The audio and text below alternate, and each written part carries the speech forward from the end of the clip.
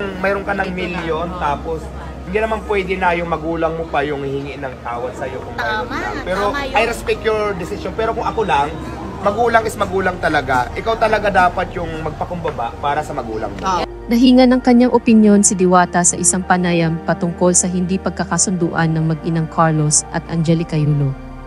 Ani Diwata ay masaya sa pakiramdam ng isang anak na makitang masaya ang mga magulang.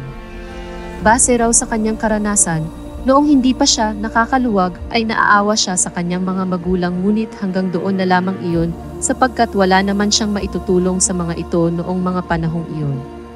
Ngunit ibang usapan raw ang sitwasyon kapag ang isang tao ay mayroon ng milyon at magulang pa ang hihingi ng tawad sa anak. Nilinaw naman ni Diwata na nirerespeto niya ang desisyon ni Carlos. Ngunit kung siya raw ang nasa kalagayan ni Carlos ngayon, ang magulang raw ay magulang. Ang anak raw dapat ang nagpapakumbaba para sa magulang. Simula raw sa pagbubuntis hanggang sa pagpapalaki ay labis ang hirap na dinadanas ng isang ina. Kung salitaan man raw ang naging dahilan ng hindi pagkakaunawaan, ay mas mainam na ang anak na lang ang magpakumbaba sa magulang, dahil kahit ano paman ang mangyari ay nanay niya pa rin ito. Buong pahayag ni Diwata, alam niyo masarap kasi talaga maging masaya din ang mga magulang natin. Kasi alam mo, on my own experience kasi, ako dati hindi pa naman ako nakakaluwag-luwag, naaawa ako sa nanay ko, sa tatay ko before. Pero hanggang doon na lang. Kasi ano bang support, walang-wala din naman ako. Pero kasi di ba yung meron ka ng milyon? Tapos hindi naman pwede na yung magulang mo pa ang hihingi ng tawad sa'yo. Pero I respect your decision. Pero kung ako lang, magulang is magulang talaga. Ikaw talaga dapat yung magpakumbaba para sa magulang mo. Kasi magulang natin yan eh, alam mo ba kung ano ang hirap niyan kung pinagbuntis ka pa lang? Alam mo ba na naging 50-50 yan bago ka isilang? Naisip mo ba yun? Alam mo ba kung gaano kahirap ang mag-alaga ng bata bilang isang nanay?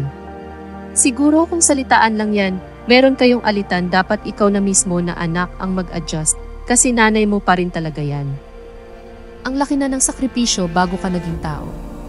Umani naman ng iba't ibang reaksyon mula sa mga netizens ang naging pahayag na ito ni Diwata.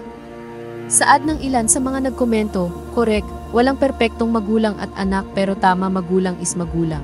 Anak talaga ang magpakumbaba kasi grabe na sakripisyo ng magulang mula sinapupunan hanggang isinilang at tumigas yung buto.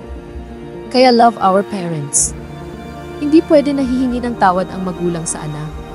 Kahit masaktan ng magulang ang anak, ganun perception niya, ay isa ka rin palang member ng toxic Filipino culture.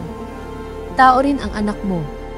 Kung magkasala ka sa anak mo, matuto ka humingi ng tawad, hindi dahilan na magulang ka kasi kaya ganito ganyan. Di na ubra yon. Hindi applicable sa lahat ng bagay ang sinasabi mong hindi pwede na magulang pa ang hihingi ng tawad.